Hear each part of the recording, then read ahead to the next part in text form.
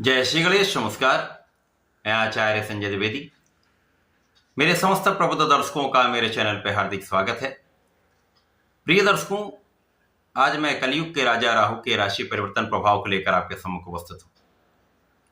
राहु 18 मई को अपनी राशि का परिवर्तन कर रहे हैं तथा वर्तमान मीन राशि को छोड़कर अपने मित्र शनिदेव की मूल त्रिकोण राशि कुंभ राशि में प्रवेश कर रहे हैं। जब भी किसी ग्रह का मित्र की राशि में परिवर्तन होता तो ये सकारात्मक परिणाम देने वाला होता है। तो ये एक सकारात्मक परिवर्तन है। इसी के साथ साथ यदि हम यहां पर समझें तो राहु और केतु ये छाया ग्रह हैं, अर्थात ये किसी भी ग्रह के साथ होते हैं, उनके प्रभाव में होते हैं, उनकी राशि में होकर होते हैं तो उनकी छाया बन जाते हैं, अर्थात उनके गुणों को ये अपने अंदर समाहित कर लेते हैं, अडॉप्ट कर लेते हैं, जिसके कारण उनके अनुसार ही फल की प्राप्ति कराते हैं। परंतु जैसा हम सबको पता है कि राहु एक नकारात्मक ग्रह है, नैसर्गिक रूप से इनका प्रभाव जो है वो विषाक्त है, तो ये भी कहीं ना कहीं इसका परिणाम प्रदान करते हैं। राहु संशय है, राहु धुआं है, राहु क्षमता है, राहु ज्ञान है, राहु बुद्धि बल है, राहु कूटनीति है, राहु राजनीति है। राहु ये न केन प्रकार ने अपना काम निकालने वाला है। राहु षड्यंत्र है, राहु युक्ति है, राहु विष है। लेकिन राहु यदि अच्छी स्थिति में है तो रंक से राजा बनाने वाला है। तो कलयुग के राजा राहु जब मित्र की राशि में होंगे तो कुछ अच्छे परिणाम प्रदान करने वाले हैं, यहां पर कोई संदेह नहीं। आज मैं कुंभ राशि के लिए, जो शनिदेव की ही राशि है, जहां पर राहु का ये परिवर्तन होने वाला है, राहु के इस परिवर्तन से किस प्रकार के प्रभाव प्राप्त होंगे, किन भाव में वृद्धि होगी, इस समय में आप कितना लाभ ले पाएंगे, अथवा कहीं पर कोई समस्या या अवरोध है तो उसका क्या निराकरण है।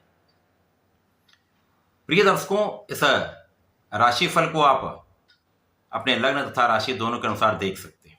प्रिय दर्शकों, राहु एक लंबी अवधि के ग्रह हैं, जिनका गोचर काल 1.5 वर्षों का होता है।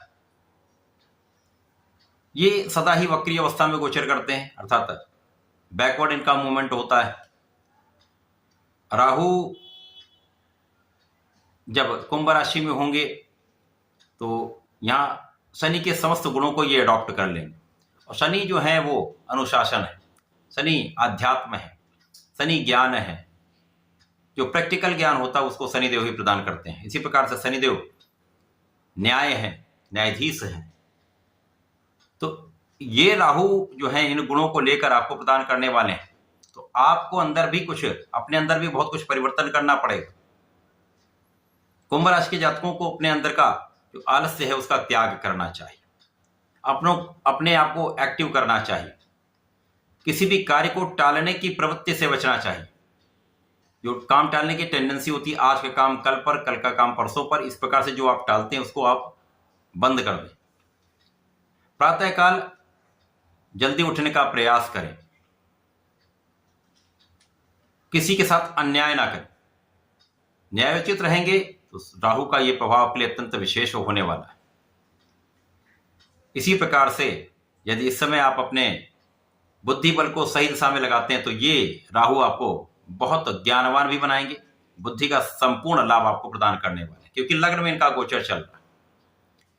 अब जब राहु लग्न में होते तो भ्रम भी देते हैं, मन का डिविएशन बढ़ा देते हैं। अतः इस समय में आपको अपने मन को सशक्त रखना है, अपने मनोबल को बढ़ाना है। राहु का प्रभाव आपके मानसिक स्तर पर होगा, शारीरिक स्तर पर होगा, तो कहीं कुछ बदलाव भी होते हैं। तो इस समय में आपको व्यसनों से बचना चाहिए, गलत मित्रों से बचना चाहिए, गलत संगति से बचना चाहिए, गलत खान पान से बचना चाहिए। यदि आप ऐसा करते तो निश्चित रूप से ये समय राहु आपको बड़ा लाभ देने वाले हैं, जीवन में बहुत उन्नति कराने वाले हैं। सर्वाधिक अच्छा लाभ यहां पर आप प्राप्त कर सकते हैं। इस समय में आपके ज्ञान का स्तर अच्छा रहेगा। आप अपने पूर्ण मनोयोग से यदि आपने पढ़ाई के क्षेत्र में लगे रहते हैं तो अच्छे परिणाम की प्राप्ति होने वाली है। यहां पर गुरु का गोचर चला, जिसके कारण राहु गुरु का प्रभाव भी है। गुरु पंचम के स्वामी भी हैं, जहां पर राहु की दृष्टि का प्रभाव है, जिसके कारण इस समय में यदि आप अपने पढ़ाई में पूर्ण मन लगा लेते हैं, पूर्ण प्रयास करते हैं, तो परिणाम अच्छा मिलेगा। इस समय में संतान की वृद्धि का भी योग है, संतान सुख भी प्राप्त होगा। यद्यपि यहाँ पर संतान के स्वास्थ्य में कुछ उतार चढ़ाव हो सकता है, परंतु किसी प्रकार की कोई बड़ी समस्या नहीं है। प्रेम संबंधों के कारण यहाँ पर भ्रम हो सकता है, प्रेम संबंधों के कारण यहाँ पर समस्या हो सकती है, अतः इनसे दूर रहना ही श्रेयस्कर होगा। राहु का प्रभाव जीवन साथी के साथ मतभेद बढ़ाने वाला हो सकता है, एक भ्रम देने वाला हो सकता है, क्लेश देने वाला हो सकता है। साझेदारी में लाभ बढ़ाएगा, परंतु साझेदारी में भी ऐसी स्थितियां बनेंगी जब आपके साझेदारों के लिए कुछ भ्रम आएगा, उनको आपके लिए कुछ भ्रम आएगा, जिसके कारण कुछ समस्याएं बढ़ सकती हैं, कष्ट आ सकता है। इसी प्रकार से यदि आप ध्यान नहीं देंगे तो साझेदारी में धोखे की भी संभावना होती है। लेकिन इस पूरे समय में राहु के गोचर काल में आपका भाग्य अत्यंत प्रबल रहने वाला है, भाग्य का संपूर्ण साथ आपको प्राप्त होने वाला है। प्रिय दर्शकों, जब भी कभी भाग्य का आपको संपूर्ण साथ मिल जाता है और आप अपने कार्य में निष्ठा से लगे रहते हैं, अपने संपूर्ण प्रयास को करते रहते हैं, तो 100% परिश्रम का लाभ भी आपको प्राप्त होता है। इस समय में यदि आप धर्म के मार्ग पर चलते रहते हैं, धर्माचरण करते रहते हैं, अपने इष्ट के शरणागति में रहते हैं, तो इस समय में संपूर्ण लाभ आप ले पाते हैं। यहाँ पर आपको अनुशासन में रहना चाहिए, आध्यात्मिक रहना चाहिए, धर्म का आचरण करना चाहिए। इस पूरे समय में आपके पिता का सहयोग मिलेगा, पिता के नाम और काम में वृद्धि होगी, सम्मान में वृद्धि होगी, धन की मात्रा में वृद्धि होने वाली।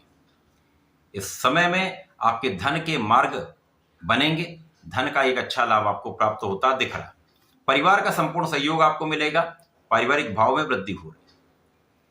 राहु का ये गोचर आपके लग्न में होकर कुछ चीजों के लिए आपका मन भटकाएगा, अतः इस समय में आपको सूर्यदेव को जल देना चाहिए, ओम घृणी सूर्याय नमः का जप करना चाहिए तथा गणपति जी की आराधना आपको करनी चाहिए।